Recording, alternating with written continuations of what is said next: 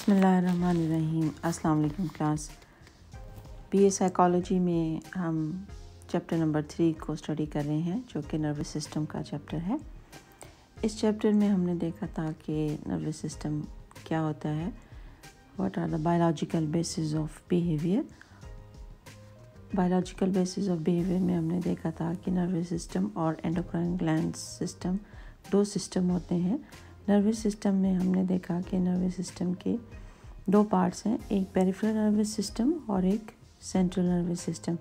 آج ہم peripheral nervous system کو اسٹڈی کریں گے۔ پیریفرل نروس سسٹم سے مراد اعصاب کا وہ بنیادی نظام ہے جس میں تمام جسم کے اعصاب گچھوں کی صورت میں موجود ہوتے ہیں، اور پیریفرل نروس سسٹم نے نظام عصبی کو پوری طریقے سے گھیرا ہوا ہوتا ہے، اسی لیے اس نظام کو ہم محیطی نظام عصبی کا نام دیتے ہیں۔ یہ نظام دراصل مرکزی نظام عصبی کے لیے ایک بنیاد فراہم کرتا ہے، جس کی وجہ سے تمام اعلیٰ ذہنی اعمال سر انجام دینے کی صلاحیت پیدا ہوتی ہے۔ پیریفرل نروس سسٹم کو دو حصوں میں ڈیوائڈ کیا جاتا ہے، ایک کو سومیٹک نروس سسٹم اور دوسرا آٹونومک نروس سسٹم کہلاتا ہے۔ سومیٹک نروس سسٹم میں وہ اعصاب شامل ہیں جو جسم کو اندرونی یا بیرونی طور پر متاثر کرنے والے محیطات سے اعصابی لہریں دماغ کی طرف اور دماغ سے پیغامات کو جسم کے مختلف حصوں کی طرف لاتے ہیں۔ اس نظام کا سیرا سر چارلس بیل کے سر ہے۔ اس نے دماغی سرجری کے دوران محسوس کیا کہ تمام جسم میں اعصاب ایک خاص تنظیم میں موجود ہوتے ہیں جو حرام مغز کے آگے یا پیچھے سے گزر کر دماغ کو جاتے ہیں۔ جسم کے مختلف حصوں میں ان اعصاب کی شکلیں اگرچہ مختلف ہوتی ہیں مگر ساخت کے بنیادی عوامل یکساں ہوتے ہیں۔ اب ہم کلاس دیکھیں گے کہ جو نروس سسٹم ہے اس کی جو بنیادی یونٹ ہے، اس کا بنیادی یونٹ کو ہم نیورون کہتے ہیں۔ اب ہم نیورون کا اسٹرکچر دیکھیں گے۔ نیورون نظام عصبی کا ایک بیسک یونٹ ہے۔ نیورون نرو کی جمع ہے۔ نیورون ظاہری آنکھ سے نہیں دیکھا جا سکتا، اور یہ حجم میں اس قدر باریک ہوتے ہیں کہ 1 انچ میں 200 کے قریب نیورونز پائے جاتے ہیں۔ نیورونز کی لمبائی جسم کے مختلف اعضاء میں مختلف ہوتی ہے۔ یہ لمبائی میں 1 انچ کے 200ویں حصے سے لے کر 4 فٹ تک لمبے ہو سکتے ہیں۔ جو جسمانی نظام میں یہ اربوں کی تعداد میں موجود ہوتے ہیں۔ نیورون اندرونی یا خارجی قوت اور توانائی سے گرم ہو کر متحرک ہونے کی صلاحیت رکھتے ہیں۔ ایک نیورون جب متحرک ہوتا ہے تو وہ توانائی کو فوراً اگلے نیورون میں منتقل کر دیتا ہے۔ اعصاب مختلف جگہ پر موجود ہونے کی وجہ سے مخصوص صلاحیتیں رکھتے ہیں، مثلاً سردی، گرمی، درد، ذائقہ، بصارت، سماعت اور لمس کے احساسات کو وصول کرنا ان کے فرائض میں شامل ہے۔ ہر نیورون کے 3 حصے ہوتے ہیں۔ اس کو ہم سیل باڈی، ڈینڈرائٹس اور ایکسون کا نام دیتے ہیں۔ آپ کو ڈائیگرام میں بھی نظر آ رہا ہوگا کہ نیورون کا جو اسٹرکچر ہے وہ سب سے پہلے اس میں ایک سیل باڈی، نیورون کے اس حصے میں ایک کیمیکل محلول جسے پروٹوپلازم کہا جاتا ہے وہ پایا جاتا ہے۔ سیل باڈی کے اندر پروٹوپلازم پایا جاتا ہے۔ اس کے گرد ایک کروی سطح پائی جاتی ہے جس کے درمیان میں نیوکلیس موجود ہوتا ہے جو سیل کو اپنی جگہ قائم رکھنے میں مدد کرتا ہے۔ دوسرا اس کا پارٹ ڈینڈرائٹس کہلاتا ہے۔ یہ ٹری لائک اسٹرکچر ہوتا ہے، جیسے درخت کی شاخوں کی طرح ایک باریک ریشے ہوتے ہیں جو ہر نیورون کے ڈینڈرائٹ سے اگلے نیورون کے ڈینڈرائٹ سے جا ملتے ہیں۔ یہ نیورون کے ایک سرے پر سیل باڈی کے ساتھ موجود ہوتے ہیں، اور ایک نیورون کے ڈینڈرائٹ کا دوسرے نیورون کے ڈینڈرائٹ سے فاصلہ بہت کم ہوتا ہے، لہٰذا ایک نیورون کی توانائی دیگر اعصاب میں آسانی سے منتقل ہو جاتی ہے۔ تیسرا اس کا پارٹ ایکسون کہلاتا ہے۔ نیورون کی سیل باڈی کے مخالف سمت میں ایک لمبی ریشہ نما شاخ پائی جاتی ہے جسے ایکسون کہتے ہیں۔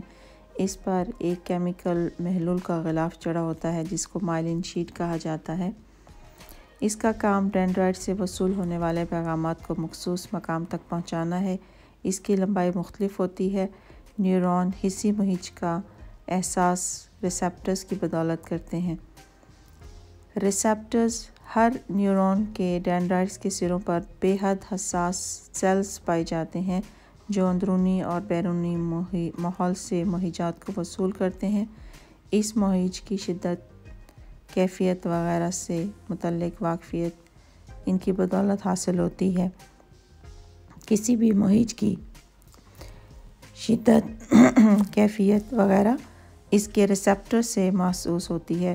3 قسم کے ریسیپٹرز پائے جاتے ہیں۔ ایک کو بیرونی ریسیپٹرز، ایکسٹروسیپٹرز، اور اندرونی ریسیپٹرز کو انٹروسیپٹرز کا نام دیا جاتا ہے، اور تیسرے پروپرائیوسیپٹرز کا نام دیا جاتا ہے۔ ایکسٹروسیپٹرز بیرونی آخذات، یہ حسی اعضاء کے بیرونی سروں پر واقع ہوتے ہیں اور مہیجات کو براہ راست وصول کر کے ان کو اعضاء کے اندرونی حصوں کی طرف بھیجتے ہیں، جو ان پیغامات کو آخرکار حسی اعصاب کی مدد سے دماغ تک پہنچاتے ہیں۔ یہ ریسیپٹرز آنکھ، کان، زبان، ناک اور جلد وغیرہ میں پائے جاتے ہیں۔ ان کی مہیجات روشنی کی لہریں، آواز کی لہریں اور کیمیائی عوامل، دباؤ، گرمی، سردی ہیں جو بصارت، سماعت، ذائقہ، شامہ اور لمس کے احساس کو پیدا کرتے ہیں۔ نظام عصبی میں مختلف مقامات پر یہ موجود ہوتے ہیں۔ یہ سارے پیغامات کو دماغ تک پہنچاتے ہیں۔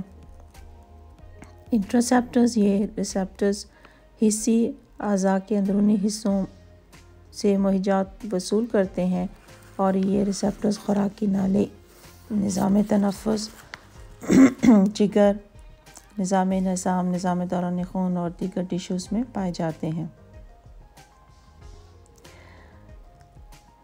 پروپرائیوسیپٹرز، یہ ریسیپٹرز جزوی طور پر پٹھوں اور رباط اور جوڑوں میں پائے جاتے ہیں۔ یہ سماعت کی نالی کے ویسٹیبیولز میں کلی طور پر موجود ہوتے ہیں۔ ان کا کام مختلف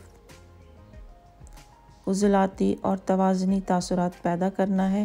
یہ ہاتھ، پاؤں، سر، جسم اور دیگر حصوں کی حرکات سے متاثر ہوتے ہیں، اور یہ ہمیں ڈائریکشن، لوکیشن اور موومنٹ کا احساس دلاتے ہیں۔ اسٹرکچر آف نیورون کے بعد ہم نے دیکھا ریسیپٹرز کیا ہوتے ہیں۔ ریسیپٹرز کی ہم نے 3 ٹائپس کو اسٹڈی کیا ہے۔ اب ہم دیکھیں گے کہ جو اعصاب کی اقسام ہے وہ کتنی ہے۔ چارلس بیل نے موٹر نروز کو دریافت کیا تھا۔ اس نے ہمیں حسی حرکی اعصاب کے بارے میں بتایا تھا، جبکہ حسی اعصاب کا جو سہرا ہے وہ موگنڈی کے سر ہے۔ مجموعی طور پر محیطی نظام عصبی 3 طرح کے اعصاب پر مشتمل ہوتا ہے جو مختلف افعال کو سر انجام دیتے ہیں۔ اعصاب کی 3 اقسام ہیں: حسی، حرکی اور تلازمی۔ حسی اعصاب یعنی سینسوری نروز اور حرکی اعصاب موٹر نروز کہلاتی ہیں، اور تلازمی اعصاب کو ایسوسیٹیو نرو کا نام دیا جاتا ہے۔ حسی نرو کو چارلس بیل نے انٹروڈیوس کروایا، اور موٹر نرو کو سر چارلس بیل نے دریافت کروایا، اور حسی اعصاب یعنی سینسری نرو کا سہرا موگنڈی کے سر ہے۔